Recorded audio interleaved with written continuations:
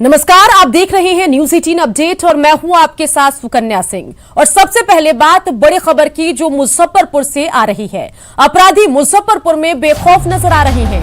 26 लाख की दिन दहाड़े हुई लूट का सीसीटीवी फुटेज अब सामने आया है।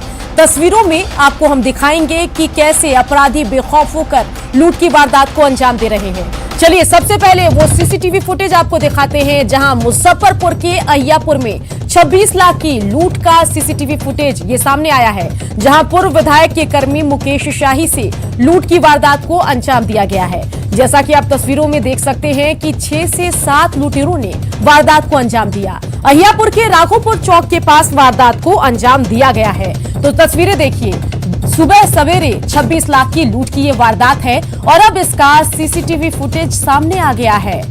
लूट की ये तस्वीरें हम आपको दिखा रहे हैं और तस्वीरों में देखिए किस तरीके से यहां पर अपराधी बेखौफ हैं। पूर्व विधायक के कर्मी मुकेश शाही से लूट की वारदात को अंजाम दिया गया है। ये देखिए लुटेरों की तस्वीरें आप अपने टेलीविजन स्क्रीन पर देख रहे हैं। अहियापुर के राघोपुर चौक की ये तस्वीरें हैं, यहीं पर इस वारदात को अंजाम दिया गया।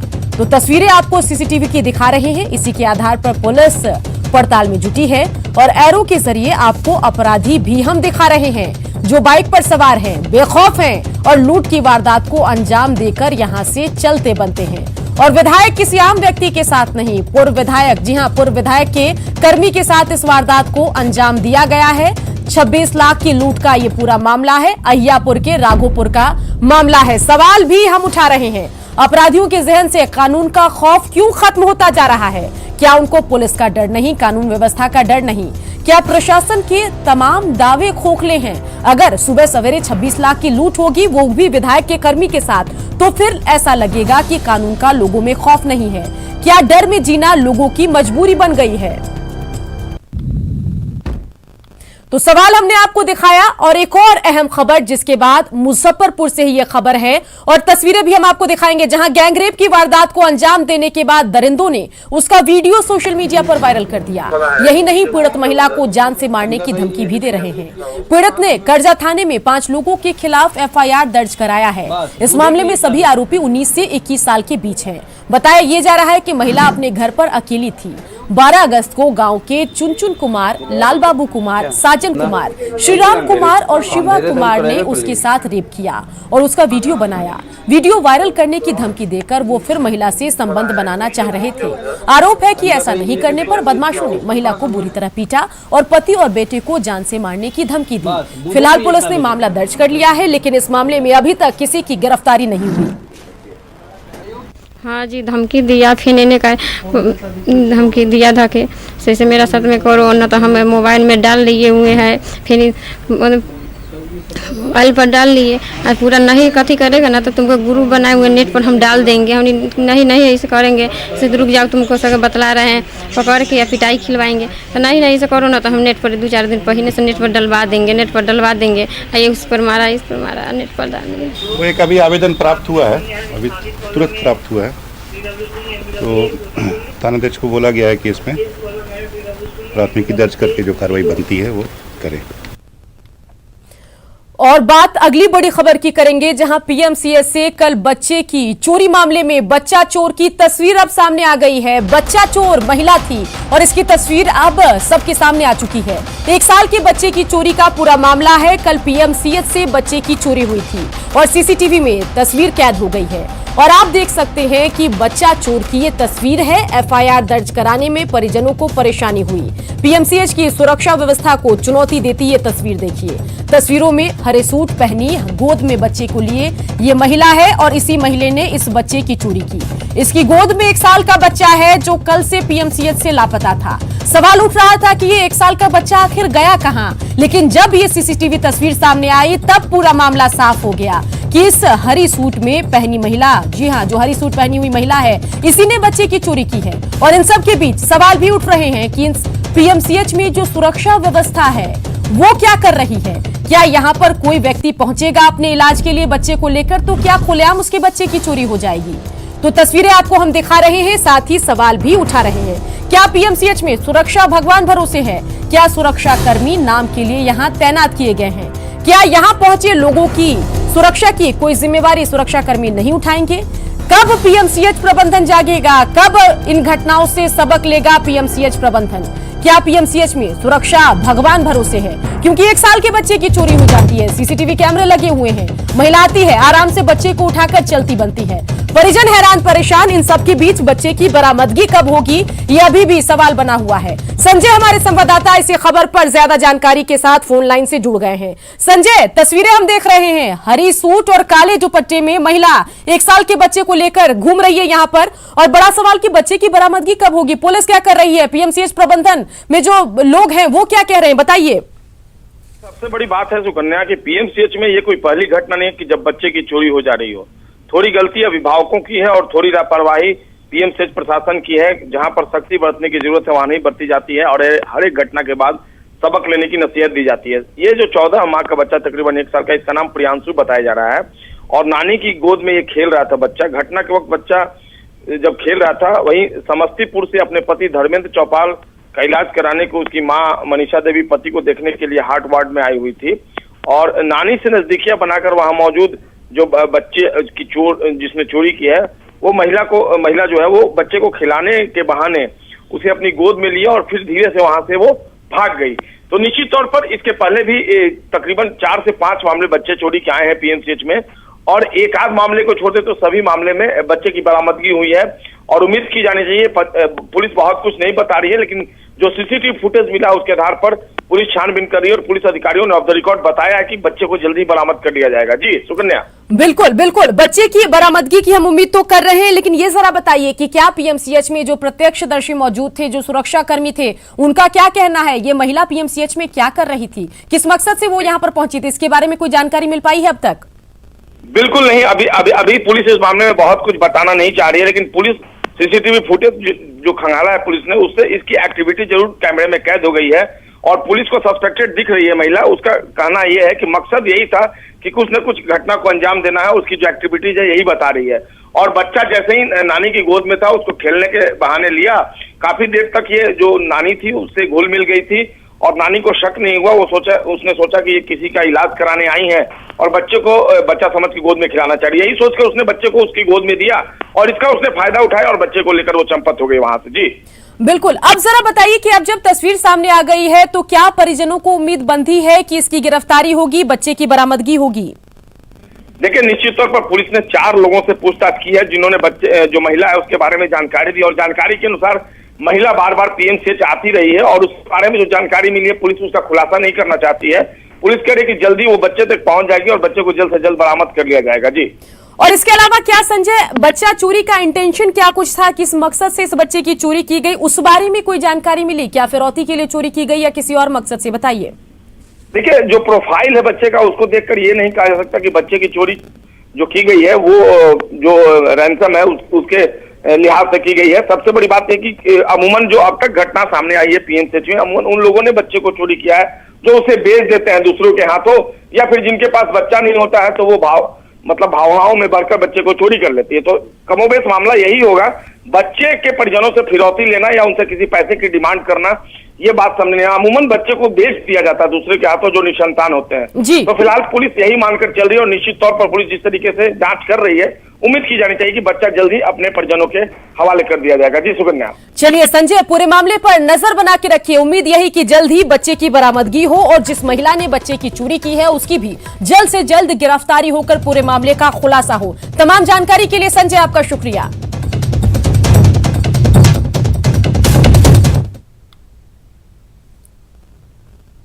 तो तस्वीरें आपने देखी, जहां महिला की तस्वीर अब आम है जिसने बच्चे की चोरी की है और इसी महिला की पुलिस तलाश कर रही है। तो इन सब के बीच आपको बताएं कि पीएमसीएच से बच्चा चोरी के बाद सवाल भी खड़े हुए और उस सवाल को भी हमने उठाया, लेकिन इन सब के बीच सीएम नीतीश कुमार की ड्रीम प्रोजेक्ट गली नली योजना में कमीशन खोरी का खेल चल रहा है। सहरसा में कमीशन खोरी का एक वीडियो तेजी से वायरल हो रहा है। वीडियो में दिख रहा है मुखिया पति, जो जी हां, मुखिया पति को काम कराने के बदले मोटी रकम दी जा रही है, साथ ही कमीशन देने की बातचीत भी हो रही है। वायरल वीडियो नवहट्टा प्रखंड के डरहार पंचायत का बताया जा रहा है, जिसमें मुखिया पुनीता देवी के पति रामविलास यादव पैसे लेते दिख रहे हैं। हालांकि न्यूज 18 वायरल वीडियो की पुष्टि नहीं करता, लेकिन अगर वायरल वीडियो सच है तो आप खुद सोचिए कि किस तरह हर जगह पैसे के बल पर काम कराया जा रहा है। एस्टीमेट बनबे 500 रुपया ग्राम सेवक को ले लेने है, 500 बैंको वाला ले के सब कुछ 500 पकड़ लेके बैंक वाला हमारा टका देते नहीं है कि हमारा हम इमरजेंसी कोटा से जते जगह के लोग सब कोई ना 1500 से नीचे कोई ना कामगारी खोललक। वीडियो के ना लूटे ले तैयार छे आप हम रोकले छे 4 नंबर के तभी रोके नहीं हम 3% से फाजिल आपको नहीं। नीतीश कैबिनेट की बैठक के पहले डाटा एंट्री ऑपरेटर संघ ने पटना में सचिवालय के बाहर प्रदर्शन किया और सरकार के खिलाफ नारेबाजी की। डाटा एंट्री ऑपरेटर संघ का आरोप है कि वो 20 सालों से काम कर रहे हैं, लेकिन उनकी सेवा अब तक नियमित नहीं हुई। संघ ने चेतावनी दी है कि आज होने वाली कैबिनेट की बैठक में उनको लेकर कोई फैसला नहीं हुआ तो वो कल से आंदोलन पर उतर जाएंगे। प्रखंड से लेकर सचिवालय तक के डेटा एंट्री ऑपरेटर आंदोलन पर उतारू हो गए हैं और इस वक्त प्रदर्शन करने के लिए सीधे सचिवालय के पास पहुंचे हैं। हाथों में मांग पत्र है इस वक्त और लगातार नारेबाजी कर रहे हैं कि हमारी मांगे पूरी करो। तो कुल मिलाकर देखा जाए अगर तो सरकार की मुश्किलें बढ़ने वाली है, क्योंकि जो डेटा एंट्री ऑपरेटर हैं इनके जिम्मे जो है कई सारे काम है, खासकर IT सेक्टर का तमाम जो काम होता है इन्हीं के ऊपर होता है। ऐसे में ये लोग हड़ताल की भी चेतावनी दे रहे हैं। हम बात करते हैं कि आखिर क्या डिमांड है इन लोगों की। हमारा डिमांड है कि नियमावली और सेवा शर्त बनाया जाए जिससे कि हमारी सर्विस की गारंटी हो और हम पूरे ईमानदारी से तन मन धन से और निश्चिंत होकर सरकार में काम करें, जिससे सरकार को भी कोई परेशानी नहीं हो और हम लोग भी हमको कोई परेशानी नहीं हो। हमारी परेशानी का मुख्य कारण है कि हमारी सर्विस की 1 मिनट की गारंटी नहीं है, जिसका कारण है कि नियमावली सेवा शर्त का आज तक गठन नहीं हुआ। हम लोग 20 वर्षों से कार्यरत है। तो क्या चुनाव नजदीक आया है तभी आप लोग प्रोटेस्ट कर रहे हैं? नहीं, हमारा प्रोटेस्ट आज विगत 10 वर्षों से है। 10 वर्षों में सरकार थोड़ी बहुत कुछ हम लोग को दिया भी है, लेकिन हमारे लिए नियमावली सेवा शर्त का गठन नहीं हुआ, जिसके लिए हम लोग परेशान हैं और हमारी सर्विस की गारंटी नहीं होती। अल्टीमेटम सरकार हमारी अल्टीमेटम है कि सरकार आज जो कैबिनेट करने जा रही है उसमें हमारे लिए डिसीजन ले, और नहीं तो कल से हम लोग काला बिल्ला के साथ काम करेंगे 31 अगस्त तक। उसके बाद अगर 31 अगस्त तक भी हमारी डिमांड पूरी नहीं हुई तो हम लोग सितंबर माह में एक राज्य स्तरीय सम्मेलन बुला के कभी भी स्ट्राइक पर जा सकते हैं। तौबा तेरा जलवा कैसा तेरा प्यार, ये स्लोगन कहकर जो है सरकार से गुहार भी लगा रहे हैं, अल्टीमेटम भी दे रहे हैं। सेवा शर्त बनाने की मांग है, नियमित वेतनमान करने की मांग है, चूंकि लगातार 20 वर्षों से डेटा एंट्री ऑपरेटर सरकार के काम को करते आ रहे हैं। ऐसे में चुनाव का मौसम है और निश्चित रूप से उम्मीदें हैं आज कैबिनेट में बैठक होने वाली है, तो फिर से सरकार को ये लोग अल्टीमेटम दे रहे हैं कि अगर हमारी मांगे पूरी नहीं होती है तो सितंबर में हड़ताल पर चले जाएंगे। कैमरामैन अभिषेक के साथ रजनीश कुमार, न्यूज 18 पटना। और अब बात मांझी की। जी हां, हम बात कर रहे हैं पूर्व सीएम और हिंदुस्तानी आवाम मोर्चा प्रमुख जीतन राम मांझी। 30 अगस्त तक फैसला लेंगे कि वो विधानसभा चुनाव किसके साथ लड़ेंगे, लेकिन मांझी के हालिया बयानों से साफ है कि उनका झुकाव एनडीए की ओर ज्यादा है। दरभंगा में दुष्कर्म पीड़ित के परिजनों से मुलाकात करने मांझी पहुंचे थे और इस दरमियान महागठबंधन और लालू यादव पर उन्होंने निशाना भी साधा। लालू के बारे में मांझी ने कहा कि वो दलितों के सबसे बड़े विरोधी हैं। लालू पर बरसने वाले मांझी नीतीश कुमार के प्रति नरम नजर आए। लॉ एंड ऑर्डर पर मांझी ने नीतीश सरकार को उस तरह से नहीं घेरा जैसे पहले घेरते थे।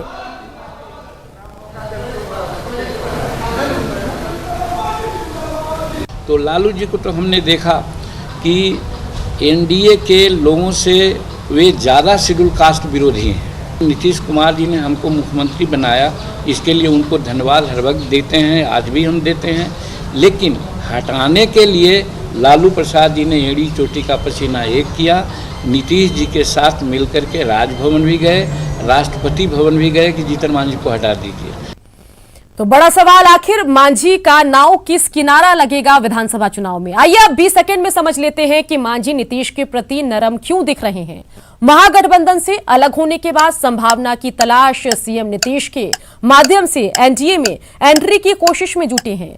लगातार हार के बाद खुद के वजूद को बचाने की कोशिश कर रहे हैं और एनडीए के साथ रहने पर खुद के जीत की संभावना उनको ज्यादा दिख रही है। एनडीए में आकर केंद्र के करीब आना चाहते हैं जीतन राम मांझी, जिनका बयान आपने सुना, जिन्होंने लालू पर तो निशाना साधा लेकिन नीतीश कुमार पर नरम नजर आए। और इन सब के बीच लॉकडाउन ने आम लोगों के जनजीवन को ही प्रभावित नहीं किया, बल्कि इसका असर धार्मिक स्थलों पर भी पड़ रहा है। हम बात कर रहे हैं पटना के प्रसिद्ध महावीर मंदिर की। यहां की आर्थिक स्थिति बेहद बिगड़ चुकी है। मंदिर के सचिव किशोर कुणाल के मुताबिक मंदिर में राशि की बेहद कमी हो चुकी है। हालत यह है कि अब मंदिर के साथ साथ इस मंदिर में चढ़ने वाले चढ़ावे से संचालित हॉस्पिटल में कार्यरत लोगों को वेतन का भुगतान करने के लिए मंदिर का फिक्स डिपॉजिट तोड़ना पड़ सकता है। किशोर कुणाल से बात की संवाददाता अमित कुमार ने। हमारे साथ मौजूद हैं आचार्य किशोर कुणाल जी, जो महावीर मंदिर के सचिव के पद पर पदस्थापित हैं। बात करते हैं इनसे। सर, एक जानकारी जो मिली है कि महावीर मंदिर का अकाउंट जो है वो पूरी तौर पे खाली हो चुका है। यहाँ तक कि जो सेवा में जो लगे हैं मंदिर के, उन्हें वेतन देने की भी जो राशि नहीं बची है। ऐसी स्थिति में एफडी तोड़ने की नौबत आ गई है। ऐसी बातें हैं। मैं बतला दूं कि मंदिर का खजाना खाली नहीं हुआ है। हाँ, यह बात जरूर है कि जो रिकरिंग इनकम है, जो प्रतिदिन आता है, वह बंद है। क्योंकि 5 महीने हो गए, बीच में केवल 1 महीने के लिए मंदिर खुला था। उसमें भक्तों की संख्या बहुत कम थी, 1/4 थी। अब तक हम लोगों ने अपने जो स्रोत थे, जैसे रोजगारी है या जो पैसे फिक्स डिपॉजिट में नहीं जमा थे, उनसे हम लोगों ने काम चलाया। लेकिन अब स्थिति आ गई है कि हम लोगों को वेतन देने के लिए भी फिक्स डिपॉजिट तोड़ना पड़ रहा है। कारण यह है कि महावीर मंदिर को अपना 5 लाख रुपए का प्रतिदिन नुकसान हो रहा है। जो 5 लाख रुपए प्रतिदिन आते थे, सब मिला करके कर्मकांड से, उसके बाद चढ़ावे से, नैवेद्यम की बिक्री से, वो सब बंद है करीब करीब, सिवाय 1 महीना को छोड़ करके। वैसे स्थिति में और हम लोग करीब 5 करोड़ रुपया 5 अस्पतालों में वेतन के रूप में 5 करोड़ रुपया देते हैं, जिसमें कैंसर संस्थान अपने आप को भी मेंटेन किए हुए, चूँकि वहाँ मरीजों की संख्या काफ़ी है, इसलिए उनको अभी वेतन के लिए पैसा नहीं देना पड़ रहा है। बाकी 4 अस्पतालों को देना पड़ रहा है। जो कर्तव्य है उसका पालन कराएं और उसमें भी सरकार देखे और पुलिस प्रतिनियुक्ति करके उसको पालन कराने में हमारी मदद करे, उनसे अनुरोध है। लेकिन मंदिर का खजाना खाली नहीं हुआ है। मंदिर में द्रौपदी का अक्षय पात्र है, कम नहीं होगा। लेकिन हाँ, अब रिकरिंग खर्च के लिए पैसे नहीं है, न करेंट अकाउंट में है और न ही कैश में है, इसलिए थोड़ी दिक्कत हो रही है। कैमरा पर्सन नीलमणि के साथ अमित कुमार, न्यूज़ 18 पटना। परिवहन विभाग के सचिव संजय अग्रवाल के आदेश के बाद आज से बिहार में बसों का परिचालन शुरू हो गया है। हालांकि इस दौरान बसों में सोशल डिस्टेंस का पालन होता नहीं दिखा। मीठापुर बस स्टैंड का जायजा लिया संवाददाता अमित कुमार ने। बिहार में आज से बसों का परिचालन जो है वो शुरू हुआ है। हालांकि इस परिचालन के दौरान एक बात का जो ध्यान रखना है सबसे अधिक, वो है सोशल डिस्टेंस का। और यहाँ आप देख सकते हैं, मैं मीठापुर बस स्टैंड में मौजूद हूँ। यहाँ पे जैसे ही ये खबर लोगों को मिली है, बस यात्रियों को मिली है कि आज से बसों का परिचालन शुरू हुआ है, बस यात्री जो है वो अपने स्थान पे जाने के लिए यहाँ पे आना शुरू हो गए हैं। और आपको दिखाना चाहेंगे कि देखिए, चाहे वो बस चालक हो या कंडक्टर हो, सभी जो हैं वो यहाँ पे मास्क लगाए हुए हैं और सोशल डिस्टेंस जो है उसका यहाँ पे जो है, हालांकि बस के अंदर जो है वो अनुपालन नहीं हो रहा है। एक सीट छोड़ के बैठना है यात्रियों को, लेकिन हर सीट पे यहाँ पे यात्री बैठे हुए हैं। हम बात भी करते हैं। ये बताइए कि क्या नाम आपका? भोला साहब। भोला जी, सोशल डिस्टेंस का अनुपालन आप लोग क्यों नहीं करा रहे? एक सीट छोड़ के यात्रियों को बैठाने का आदेश हम लोग करा रहे हैं, लेकिन सवारी नहीं मानता तो हम लोग क्या करेंगे? सवारी नहीं मानता, जबरदस्ती एक ही गाड़ी में बैठेगा, एक ही गाड़ी में बैठेगा, एक ही गाड़ी में बैठेगा। सीट छोड़ के बैठना है, एक सीट छोड़ के बैठना है। सीट छोड़ के डिस्टेंस होता है, सवारी जैसे है ही नहीं रोड में अभी, वही 10 टो 15 टो लेके चलते हैं। हर सीट पे यात्री आपके बस में? हर सीट का आदमी है, लेकिन देखिए फिर भी डिस्टेंस है। इसको डिस्टेंस कैसे कहेंगे हर सीट पे जब यात्री है? अब सोशल डिस्टेंस का मतलब है तो एक सीट पे छोड़ करके एक सीट में बैठना चाहिए। वो तो वैसा होता नहीं है, बिहार के अंदर में होता ही नहीं है। क्यों नहीं होता? कि पब्लिक में एकता नहीं है, यूनियन भी ऐसा ही है, सभी कुछ ऐसा ही है। पब्लिक नहीं मान रही है। चलिए हम पब्लिक से ही बात करें। कहाँ जा रहे हो? दरभंगा।